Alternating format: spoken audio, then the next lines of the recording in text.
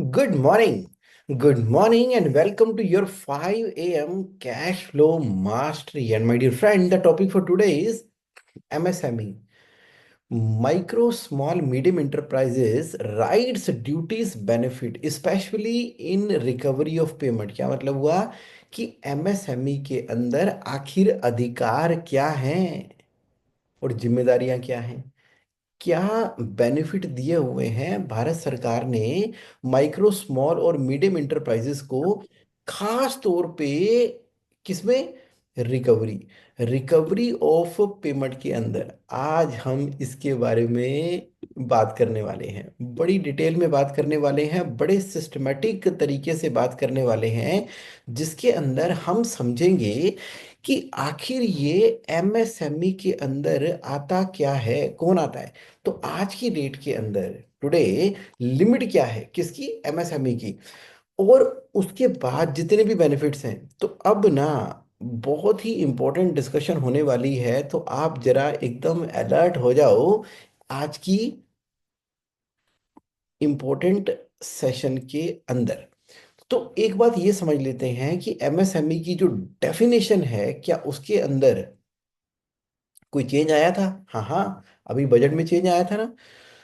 Micro enterprises वो थी जिसकी टर्नओवर 5 करोड़ तक की है, जिसको बढ़ा के 10 करोड़ कर दिया गया है। यानी कि 10 करोड़ तक की अगर सेल होती है तो माइक्रो हो, 100 करोड़ तक की सेल होती है तो स्मॉल इंटरप्राइजेज हो, और 500 करोड़ तक की सेल मीडियम इंटरप्राइजेज है। पहले 500 वाली लिमिट कितनी थी? 250 करोड़ की। स्मॉल कितनी थी? 50 करोड़ की। और माइक्रो कौन सी थी? 5 करोड़ की। साथ के साथ इन्वेस्टमेंट की लिमिट का भी है, यानी कि 2.5 करोड़ तक की इन्वेस्टमेंट या 10 करोड़ तक की सेल। 25 करोड़ तक की इन्वेस्टमेंट स्मॉल इंटरप्राइजेस, 100 करोड़ तक की सेल मीडियम इंटरप्राइजेस, 125 करोड़ तक की इन्वेस्टमेंट और 500 करोड़ तक की टर्नओवर। समझ आ गया? आप कह रहे हो ओके, ये तुमने अच्छा किया, ये सामने जो है चार्ट निकाल के दिखा दिया, पर बार बार अगर रेफर करना हो तो इसको रेफर कर सकते हैं। तो अब कोई कंपनी माइक्रो है कि स्मॉल है कि मीडियम है, इस लिमिट को देख के पता लग जाएगा। अब क्या उसके लिए रजिस्ट्रेशन करना चाहिए? बिल्कुल करना चाहिए।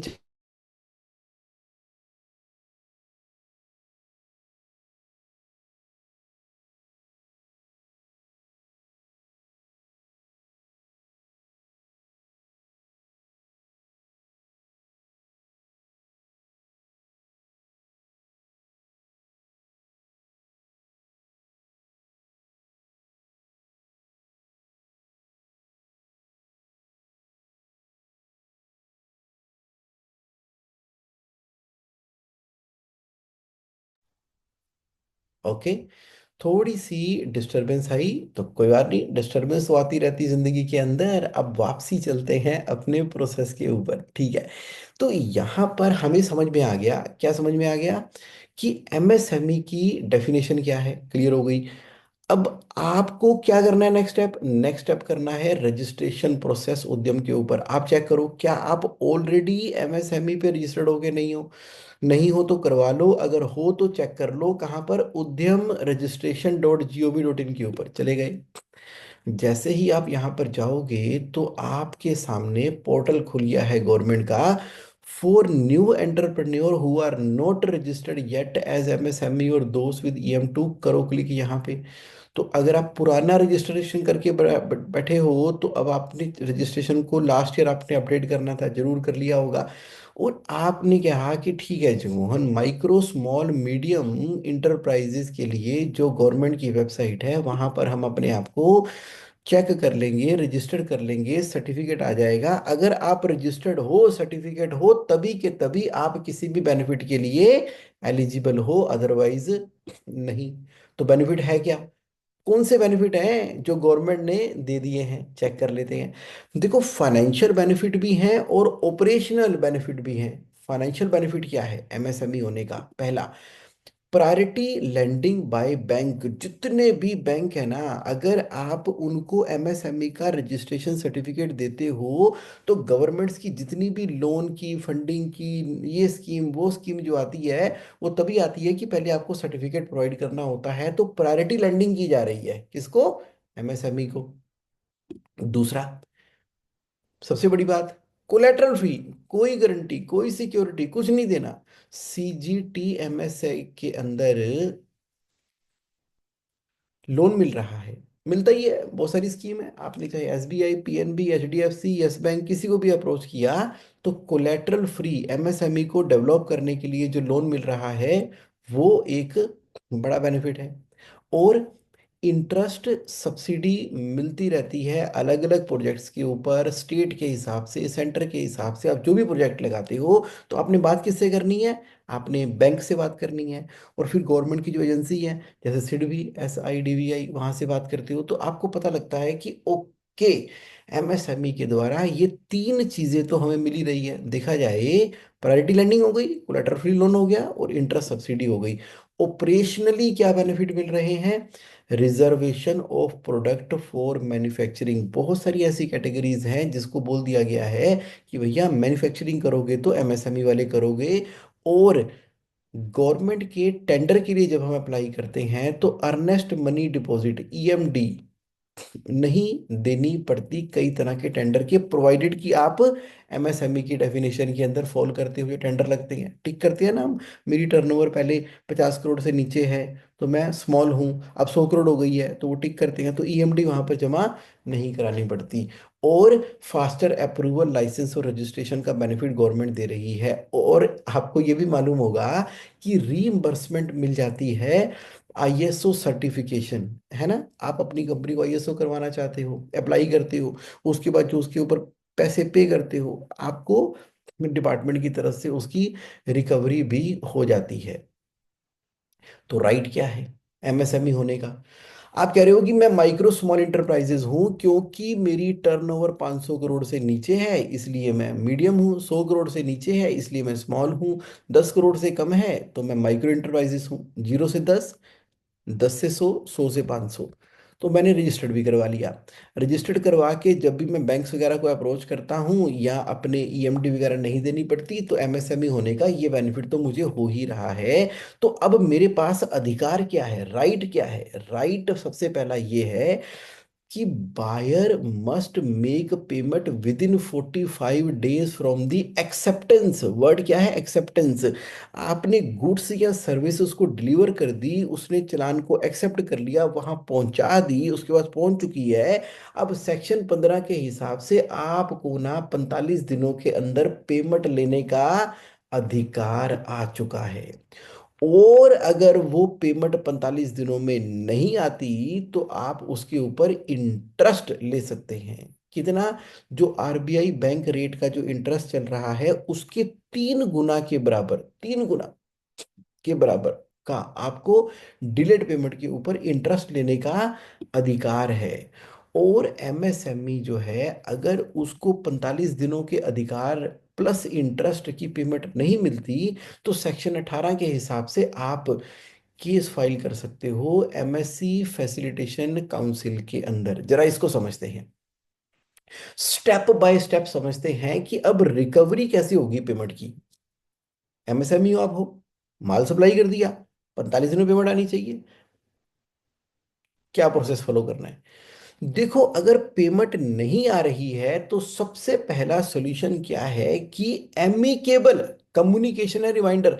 ऐसा नहीं हो सकता कि उसने 45 दिनों में पेमेंट नहीं की और 46वें दिन में जाके आपने केस फाइल कर दिया समाधान पोर्टल के ऊपर जाके। ना ना ना ना ना। पहला स्टेप क्या है?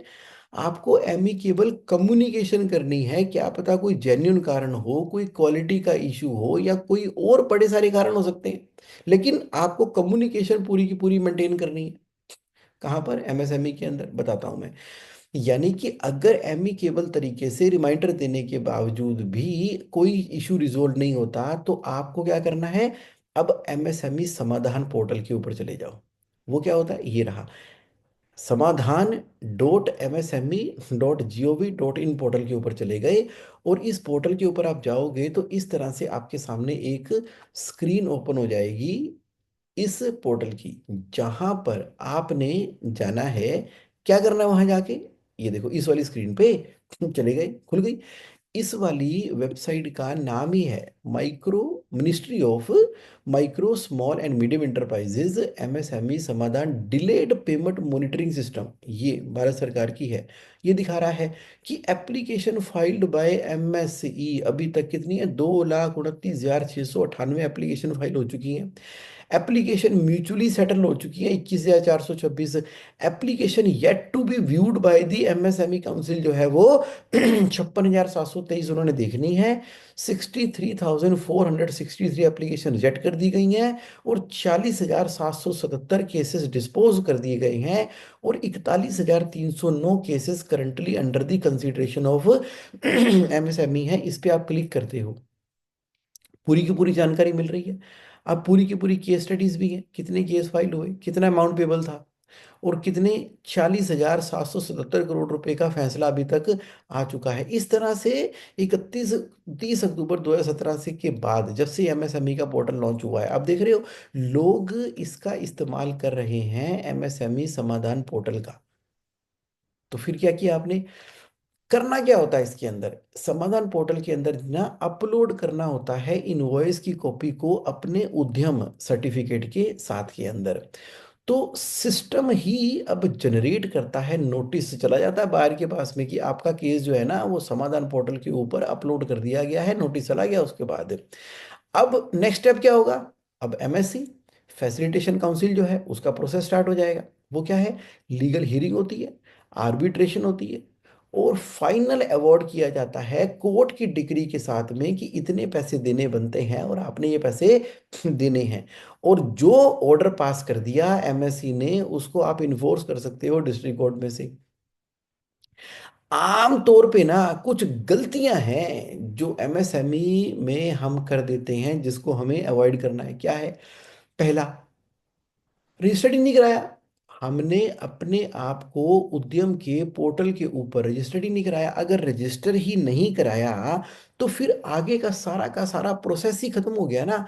आप उद्यम पोर्टल पे जाके, समाधान पोर्टल पे जाके कोई केस ही नहीं फाइल कर सकते, इनवॉइस ही नहीं कर सकते, ऑटोमेटिकली जाएगा नहीं। आप इंटरेस्ट के लिए, आप रिकवरी के लिए, ऑर्डर के लिए एलिजिबल ही नहीं हो। तो क्या करना पड़ेगा, रजिस्टर कराना पड़ेगा। चेक करो आपका लेटेस्ट अपडेटेड सर्टिफिकेट आपके पास अवेलेबल है ना।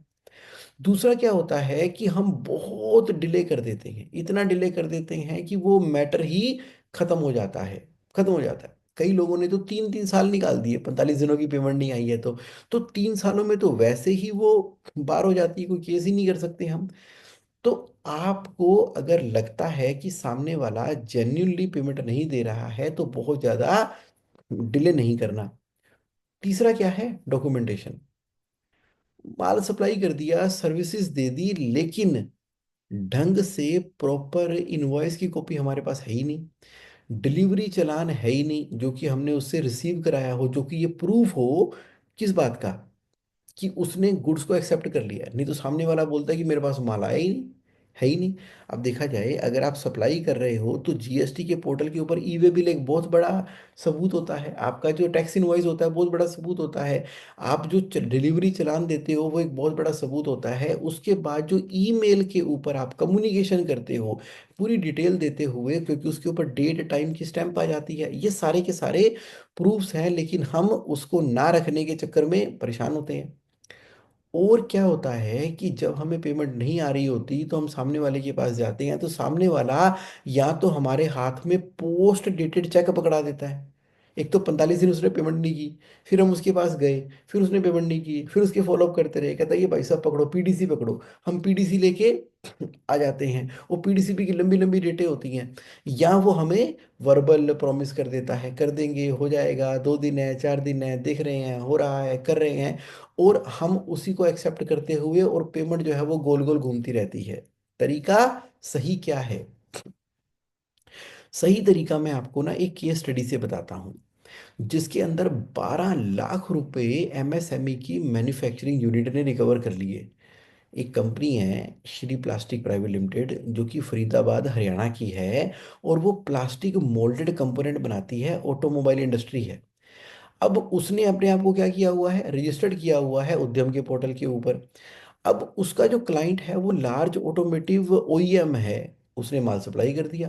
अब जब उसने माल सप्लाई कर दिया उस रेपरेड ऑटोमोबाइल कंपनी को, 6 महीने का समय हो चुका है, रिपीटेड फॉलोअप करने के बावजूद भी क्लाइंट डिले कर रहा है। उसने 12,30,000 रुपए की पेमेंट जो है एग्री कर रखा था, पे करेंगे, लेकिन 5 महीने बीत चुके हैं, कोई रिस्पॉन्स ही नहीं आ रहा, पेमेंट ही नहीं आ रही। अब क्या किया? अब सबसे पहले तो इशू कर दी ईमेल रिमाइंडर, और साथ में थोड़ी दिनों के बाद उसको एक लीगल नोटिस भी भेज दिया। पहले क्या किया? ईमेल रिमाइंडर भेजे, उसके बाद क्या किया? लीगल नोटिस भेज दिया। पोलाइट मल्टीपल, एक नहीं मल्टीपल, हमने उसको रिमाइंडर और ईमेल भेजे 2-2 3 दिन के गैप के ऊपर, ताकि वो प्रॉपर डॉक्यूमेंटेशन का प्रूफ बन जाए। उसके बाद फिर उसको एक फॉर्मल लीगल नोटिस भेजा गया उस लार्ज ऑटोमोटिव जो कि एक ओईएम है। फिर क्या कर दिया? अब एमएसएमई के समाधान पोर्टल पे चढ़ गए, जहां पर उद्यम का सर्टिफिकेट, इनवॉइस और ईमेल की कम्युनिकेशन को अपलोड कर दिया गया, ताकि at the face of it पता लग जाए कि हम उद्यम में रजिस्टर्ड हैं, ये हमने बिल रेज किया था, और ये हमने उससे पैसे मांगने की कम्युनिकेशन की थी। पूरी डॉक्यूमेंटेशन हमने चढ़ा दी कहाँ पे? समाधान के पोर्टल के ऊपर। अब हमारी एप्लीकेशन फाइल हो चुकी है एमएसएमईडी एक्ट के अंदर, सेक्शन 18 के अंदर, हमारे पास राइट है ना, कर दिया। अब क्या हुआ? एमएससी फैसिलिटेशन काउंसिल की hearing I. Received notice for hearing, 30 दिनों के अंदर अंदर जी नोटिस का, हियरिंग का डिटेल हमारे पास आ गई। फिर क्या था? काउंसिल ने जो है अपने आर्बिट्रेशन के स्टाइल के अंदर प्रोसीडिंग को स्टार्ट किया, और क्लाइंट को सम्मन भेज दिया गया, और वो ना जस्टिफाई नहीं कर पाया, कोई कारण ही नहीं बता पाया कि क्यों, क्यों नहीं पेमेंट की उसने। अब क्या हुआ? बस फिर क्या है, अवार्ड हो गया हमारे नाम के ऊपर। और एमएससी एफसी ने, फैसिलिटेशन काउंसिल ने, हमारे फेवर के अंदर, यानी कि श्री प्लास्टिक के अंदर फेवर में हमारे उसने ऑर्डर पास कर दिया। 12,30,000 रुपये का जो हमारा अमाउंट आना था वो जमा, 12.5% का इंटरेस्ट उसने हमें अवार्ड कर दिया। एग्रीड कर लिया हमने, चलो 12.5 भी ठीक है। 65,000 के अमाउंट का इंटरेस्ट बना, 12,30 का हमारा प्रिंसिपल और 65,000 रुपये का इंटरेस्ट। अब क्या किया? अब उसकी इन्फोर्समेंट करा ली। अब कंपनी को हमने जो, हमें अवार्ड किया गया है वो हमने कहाँ भेजा? सीधा का सीधा क्लाइंट के बैंक में भेजा। ये देखो जी, ऑर्डर आ गया हमारे पास और उसने पैसे देने हैं, और क्लाइंट के बैंक के पास हमने उस चिट्ठी को भेज दिया, प्लस क्लाइंट के लीगल डिपार्टमेंट के अंदर भी भेज दिया कि ये ऑर्डर हमारे पास आ चुका है, ताकि अब उसको समझ में आ जाए कि ऑर्डर पास हो चुका है। और पेमेंट फिर क्या था? जब क्लाइंट के बैंक में ये बात चली गई, और जब क्लाइंट के लीगल डिपार्टमेंट के पास बात चली गई, तो विद इन 3 वीक्स पूरी की पूरी पैसे, बिना किसी झंझट के सारे पैसे हमारे पास आ गए। तो इस केस स्टडी से हमें क्या समझ आता है? कि एमएसएमई का रजिस्ट्रेशन बहुत जरूरी है। हमें स्ट्रॉन्ग डॉक्यूमेंटेशन मेंटेन करनी होगी। हमें जो है, जो लॉ है वो पेमेंट को प्रोटेक्ट करता है एमएसएमईडी एक्ट के अंदर, तो हमें उसके हिसाब से चलना भी तो होगा। और एमएससी फैसिलिटेशन सेंटर जो है वो फास्ट हैं, बहुत कम एक्सपेंसिव हैं, कोर्ट लिटिगेशन में बहुत ज़्यादा समय लगता है, लेकिन यहाँ पर अगर तरीके से, ढंग से प्रोसेस को फॉलो किया जाए तो काम हमारा हो जाता है। तो आप बोलोगे कि जगमोहन, अब मुझे अगर ये फैसिलिटी फॉलो करनी है तो मुझे जरा एमएसएमई पेमेंट की रिकवरी चेकलिस्ट दे दो, अभी दे रहा हूँ। एक एक ड्राफ्ट दे दो मुझे कि रिमाइंडर ईमेल भेजनी कैसे है, अभी दे रहा हूँ। लीगल नोटिस होना कैसे चाहिए उसका फॉर्मेट दे दो, अभी दे रहा हूँ। एमएसएमई के समाधान की फाइलिंग की एसओपी होती क्या है, मुझे दे दो, मैं अभी दे रहा हूँ। अभी दे रहा हूं मैं आपको। क्योंकि यहां पर ना हमें ध्यान रखना है कि सिंपलिसिटी, एकदम सिंपल तरीके से, कोई ज्यादा कॉम्प्लिकेटेड बड़ी बड़ी हाई फाई बातें लिखने की जरूरत नहीं है। ये जो टूल और टेम्पलेट मैं आपको दिखा रहा हूं, उससे आपको पूरी क्लैरिटी हो जाएगी कि लाइफ बड़ी सिंपल है। और फ्रीक्वेंटली आस्क शीट भी दे रहा हूं मैं एमएसएमई डिस्प्यूट के ऊपर, ये लो, ये मैंने आपसे बात करते करते ओपन कर दिया। तो पहला क्या मैं बता रहा हूं आपको, कि टूल्स एंड टेम्पलेट, जो मैं आपके साथ अभी शेयर कर रहा हूँ। एमएसएमई पेमेंट रिकवरी चेकलिस्ट जो मेरी टीम ने तैयार करवाई है वो है, अपने आप को क्या आपने उद्यम के पोर्टल पर रजिस्टर्ड कर लिया? हाँ जी, कर लिया। जब भी आप माल सप्लाई करते हो तो टैक्स इनवॉइस इशू करते हो, डिलीवरी चालान होता है साथ में, हाँ जी होता है जी।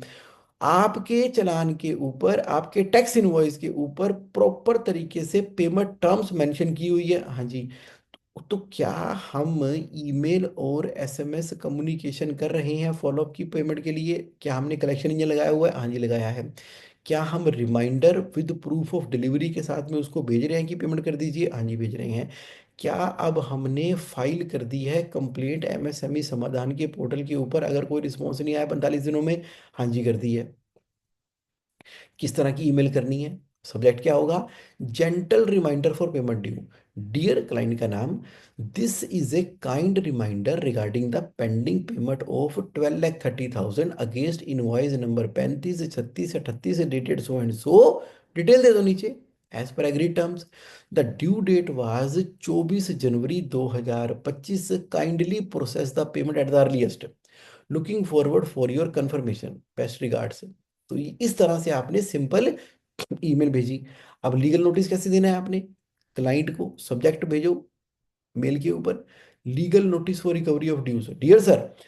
अब बड़ा क्लियर लिखो उसको, sir under the provision of MSMED act, यानी कि अब उसको लीगल नोटिस दे रहे हैं, हम आपको रिमाइंडर भेजते रहे पोलाइटली, आपने पेमेंट नहीं की, अब इस ईमेल को मेरा लीगल नोटिस समझा जाए। लीगल नोटिस ये नहीं कि कोर्ट से कोई नोटिस भी कराना है ना, लीगल नोटिस की बात मेंशन करनी है कि under the provision of MSMED act 2006 you are liable to pay the amount of 12,30,000 for the goods supplied by us on this date. The payment is overdue and attract interest under section 16। ये भी बता दो उसको, interest भी देना है आपने। You are requested कि आप 7 दिनों के अंदर अंदर clear the dues from the receipt of this notice, failing which we shall initiate the proceeding through MSME facilitation council. उसको बता दिया, यानी कि हमने आपको रिमाइंडर भी दिए, हमने आपको लीगल नोटिस भी दिया, लेकिन आपके कान पे कोई जू नहीं रोंगी। अब हमने क्या कर दिया, सीधा का सीधा समाधान फाइलिंग के ऊपर चले गए। वहां पर क्या किया, www.samadhan.msme.gov.in के ऊपर गए, वहां पर अपने उद्यम की डिटेल को लॉगिन किया, वहां पर अपने इनवॉइस की कॉपी और उद्यम का सर्टिफिकेट अपलोड कर दिया, और वहां पर बायर की डिटेल को डाल दिया, डिलेड पेमेंट की डिटेल को वहां पर डाल दिया, और एप्लीकेशन को सबमिट कर दिया। और अब आपकी ईमेल के ऊपर वहां से रिप्लाई आ जाएगा, पोर्टल के ऊपर रिप्लाई आ जाएगा। आम तौर पे आपके क्वेश्चन ये होते हैं कि अगर मेरे पास उद्यम का सर्टिफिकेट नहीं है तो क्या होगा? अगर नहीं है ना, तो आपको ये प्रोटेक्शन नहीं मिली हुई। तो क्या अगर मेरा कस्टमर गवर्नमेंट है तो मैं गवर्नमेंट के ऊपर भी केस फाइल कर सकता हूं? हाँ बिल्कुल कर सकते हैं, गवर्नमेंट भी कर सकते हैं। कितना समय लगता है रिजोल्व होने में? देखो 2 से 3 महीने एप्लीकेशन फाइल करने के बाद लग जाते हैं। डिपेंड करता है कि काउंसिल के पास वर्कलोड कितना है। हालांकि वो समय समय के ऊपर काउंसिल जो है वो केसेस को डिस्पोज ऑफ कर रही है, बट फिर भी आप ये मान के चलो कि 2 से 3 महीने का समय तो लगता ही है। तो क्या आप इंटरेस्ट क्लेम कर सकते हो? बिल्कुल 3 गुना इंटरेस्ट क्लेम कर सकते हो आरबीआई रेट से ज्यादा। अगर लीगल हेल्प रिक्वायर्ड है, कोई लीगल हेल्प रिक्वायर्ड नहीं है, आप खुद ही लगे हुए हो, खुद ही लगे हो, कोई एडवोकेट नहीं चाहिए, कोई कंसल्टेंट नहीं चाहिए, कोई वकील नहीं चाहिए, कुछ नहीं चाहिए। जो नोटिस है वो बड़ा सिंपल ईमेल की फॉर्म के अंदर है, जो बड़ा सिंपल है, वो करके आपने रिप्रेजेंटेशन करनी है, क्योंकि मामला ही आपका क्लियर है। तो आप देख रहे हो, ये वाली फैसिलिटी अब अवेलेबल है आपके पास, जिसके अंदर आप पेमेंट को रिकवर कर सकते हो। तो ये था जी आज का टोटल जो आपने पूछा था। कैश फ्लो कम्युनिटी में आपने कहा कि जगमोहन इसके ऊपर डिटेल में बताओ, मैंने बता दिया। अच्छा, जो लोग इसकी वीडियो देखेंगे और अभी तक वो कैश फ्लो कम्युनिटी का पार्ट नहीं है, तो मुझे व्हाट्सएप करो मेरे अपने मोबाइल नंबर पे 9811269798 के ऊपर लिखो एडमिन कैश फ्लो कम्युनिटी। और बाकी कैश फ्लो हेल्पलाइन तो है ही आपके पास, JSA online.in। तो JSA online.in के अंदर मैं क्या करता हूँ, आपको आपके पर्सनलाइज्ड क्वेश्चन, जिसके अंदर आपके बिल्कुल पर्सनलाइज्ड क्वेश्चन आंसर होते हैं, लॉगिन आईडी पासवर्ड आपको मिल जाता है, और आप पूरा का पूरा हेल्पलाइन का आनंद लेते हो। Thank you. Thank you so much for your participation. देखो विद इन 30 मिनट हमारा काम हो गया है। और अब आपको आज के सेशन में कोई क्वेश्चन फिर भी रह गया हो तो आप चैट बॉक्स के अंदर लिख सकते हैं। आज का सेशन आपको कैसा लगा, आप चैट बॉक्स में लिख सकते हैं। आज से ठीक एक हफ्ता पहले, पिछले सैटरडे को हम सभी कैश फ्लो समिट 2025 के अंदर थे, और आपने उसके अंदर पार्टिसिपेट किया। बहुत से लोगों ने फिजिकली किया, बहुत से लोगों ने स्पिरिचुअली किया, मन से किया। आप सभी की अटेंडेंस लग गई है, मन खुश हो गया है। थैंक यू सो मच इस प्रोसेस को सक्सेसफुल बनाने के लिए। और उसी के साथ ही हमने कैश फ्लो समिट 2026 का भी ऐलान कर दिया है, जो कि 11 अप्रैल 2026 को होगा, ठीक एक साल के बाद। तो अब क्वेश्चन आ गया मनोज ठाकुर जी का, how do you deal with government if we are taking this matter up, they stop further order. नहीं, ऐसा नहीं है, ऐसा नहीं है। क्योंकि गवर्नमेंट तो गवर्नमेंट है ना, तो उसको जो पैसे देने हैं वो उनका अकाउंट्स डिपार्टमेंट है, और जो टेंडर निकलने हैं वो अलग डिपार्टमेंट है। कोई कोई आपस में कोई चक्कर नहीं है। इसका मतलब है मनोज ठाकुर जी, आपको एक लाइजनिंग का बंदा आपने अपनी कंपनी में लगना है, उसके लिए मेरे से 1 to 1 बात कर लेना। ठीक है, मशहूर जी कह रहे हैं very useful crisp to the point, thank you. Shubham ji कह रहे हैं गुड मॉर्निंग सर, अगर हम किसी का पेमेंट नहीं कर पा रहे, हम नहीं कर पा रहे, तो हमें रिपोर्ट करना पड़ेगा डिपार्टमेंट को। देखिए, कुछ लेटेस्ट रेगुलेशंस आई हैं जो अपडेटेड अभी करेंगे। लेकिन अगर आप प्राइवेट लिमिटेड कंपनी हो तो वो तो काफ़ी टाइम से ही है कि अगर हम एमएसएमई का ओवर ड्यू पेमेंट है तो उसको ना केवल हमें बैलेंस शीट में दिखाना होता है, बल्कि हाफ ईयरली एमएसएमई की रिटर्न जाती है, उसके अंदर भी हमें उसको दिखाना होता है। आंसर इज यस, इन्फॉर्म करना पड़ता है हमें। रजनीश जी कह रहे हैं great information, thank you Rajneesh ji for your love. Bajrang ji good morning, Jagmohan ji please share today's presentation PDF if possible. Definitely मैं इस पीडीएफ को इस यूट्यूब वीडियो के नीचे ही डिस्क्रिप्शन में लिंक डाल के अटैच कर दूंगा, जैसे क्लिक करेंगे वो डाउनलोड हो जाएगा। Very useful information, thank you. So thank you so much everybody for your participation in today's cash flow mastery 5 AM। और बहुत जल्दी मिलते हैं एक नेक्स्ट प्लेटफॉर्म के ऊपर। नेक्स्ट सैटरडे को फिर डिटेल में आएंगे। कोई आपका क्वेश्चन हो तो आप कैश फ्लो कम्युनिटी में क्वेश्चन पूछते रहो, आपके आंसर मिलते रहेंगे। Thank you, thank you, thank you, have a great time. Sanjay Jain ji ने हैंड भी रेज किया है, कह रहे बात ही कर लो। चलो 2 मिनट है, बात कर लेते हैं। संजय जी गुड मॉर्निंग, कैसे हैं आप? अनम्यूट करने के लिए मुझे एक बार आपका अनम्यूट का फैसिलिटी एक्टिवेट करनी पड़ेगी, एक्टिवेट करनी पड़ेगी, एक्टिवेट करनी पड़ेगी। अब कर सकते हो अनम्यूट, आप अब करो संजय जी। सर एक पार्टी है नॉर्थ में, करीबन 8-9 महीना हुआ लीगली, सब स्टेप करी हुई है, राइट। लेकिन 10 महीने हो गए फिर भी कंप्लेन कर सकते हैं एमएसएमई में। पार्ट पेमेंट आया हुआ है, पूरा पेमेंट नहीं आया है। एक हाँ करोड़ का, 1 करोड़ अराउंड आउटस्टैंडिंग है। बिल्कुल जी बिल्कुल, तो भी कर सकते हैं, तो भी कर सकते हैं, यस। और जिसका टर्नओवर 100 करोड़ प्लस हो कंपनी का, तो एप्लीकेबल है एमएसएमई में कंप्लेन करना। देखो, जो कंप्लीट कर रहा है वो एमएसएमई होना चाहिए। सर 100 करोड़ प्लस टर्नओवर वाला एमएसएमई में आता है कंप्लेन करने के लिए कि नहीं आता है? उसकी कोई टर्नओवर की गाइडलाइंस है ना एमएसएमई में? ये टर्नओवर की गाइडलाइंस मैंने आपको दिखाई यहाँ पे, कि यानी कि आप, सर मैं इतने 7 मिनट लेट ज्वाइन किया सर, सॉरी। अच्छा अच्छा कोई बात नहीं, ये लो दिखा दी मैंने, ये देखो ये टर्नओवर की लिमिट। माइक्रो है 10 करोड़ वाला, स्मॉल है 100 करोड़ वाला, मीडियम है 500 करोड़ वाला। तो मीडियम कर सकता है राइट? मीडियम कर सकता है राइट? हम तो बिना अंदर 500 करोड़ के अंदर है राइट? Okay, thank you.